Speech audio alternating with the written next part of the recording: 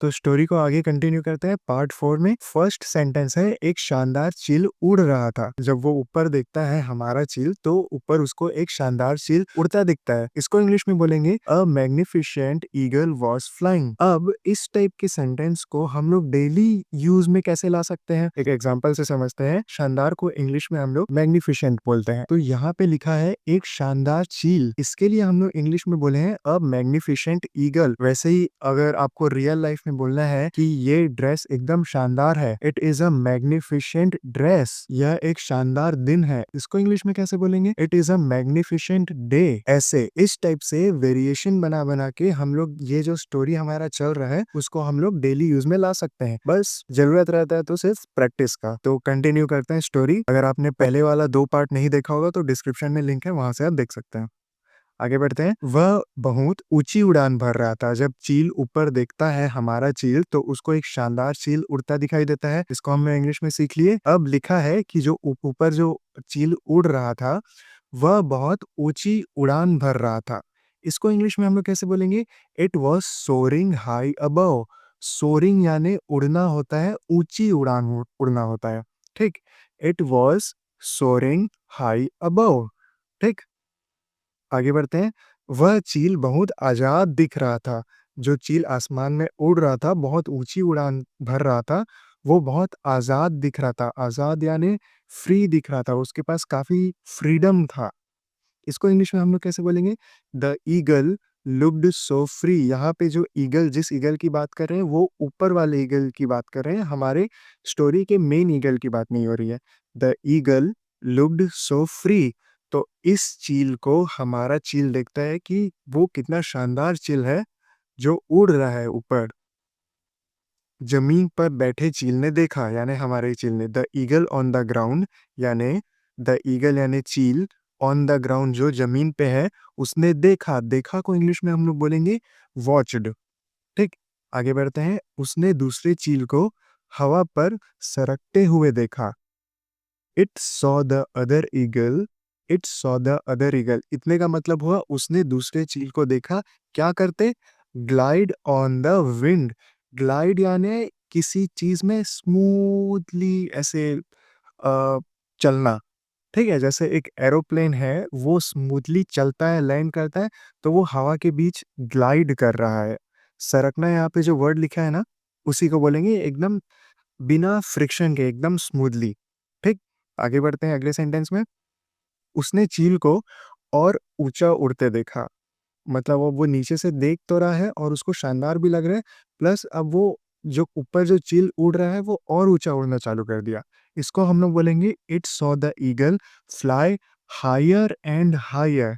Higher and higher यानी एक, ये एक फ्रेज है, हायर एंड हायर यानी ऊंचे से भी ऊंचा। इसको बोलते हैं इंग्लिश में हायर एंड हायर। ठीक, आगे बढ़ते हैं। चील के चेहरे पर एक आंसू लुढ़क आया। अब जो हमारा चील जमीन में बैठे बैठे उसको देख रहा था, वो देखा कि उसके पास इतना फ्रीडम है, तो उसके आंखों पे आंसू लुढ़क आया। लुढ़क आने आंसू आ गया उसके हाथ में। ये है a tear rolled down. A tear rolled down. Rolled down यानी एक, यहाँ ये भी एक फ्रेज है, यानी आना बहना होता है। द ईगल्स फेस यानी चील के चेहरे से। ठीक, उसे गहरी उदासी महसूस हुई। उसे एक गहरी उदासी महसूस हुई। आप स्टोरी के डेप्थ को आप समझ पा रहे होंगे कि हम लोग कहाँ जा रहे हैं। काफी अच्छा स्टोरी है। It felt a deep sadness. It felt यानी उसे महसूस हुआ, अ डीप यानी गहरी, क्या चीज, उदासी। उदासी को हम लोग बोले सैडनेस। ठीक, आगे बढ़ते हैं।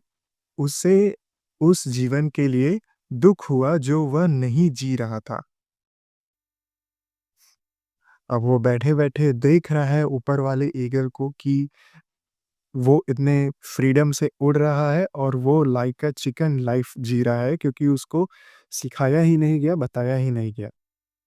तो इसको इंग्लिश में कैसे बोलेंगे, it was sad for the life it was not living.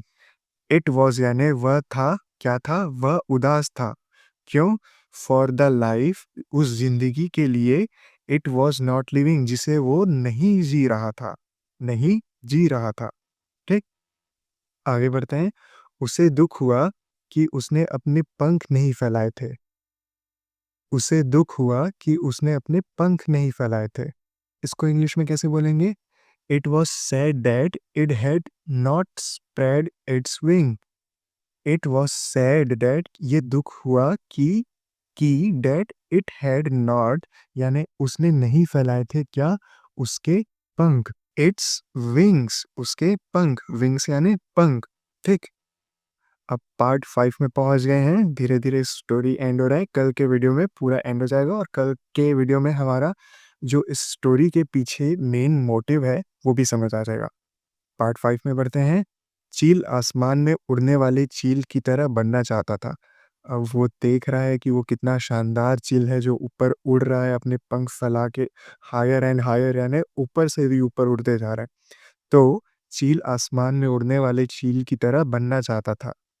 इसको इंग्लिश में हम लोग कैसे बोलेंगे? The eagle wanted to be like the one in the sky. The eagle wanted यानी चील चाहता था, चील चाहने लगा कि to be like the one, यानी उसके जैसे बनना। किसके जैसे? वन इन द स्काई, मतलब जो ऊपर में उड़ रहा है आसमान में, उसकी तरह।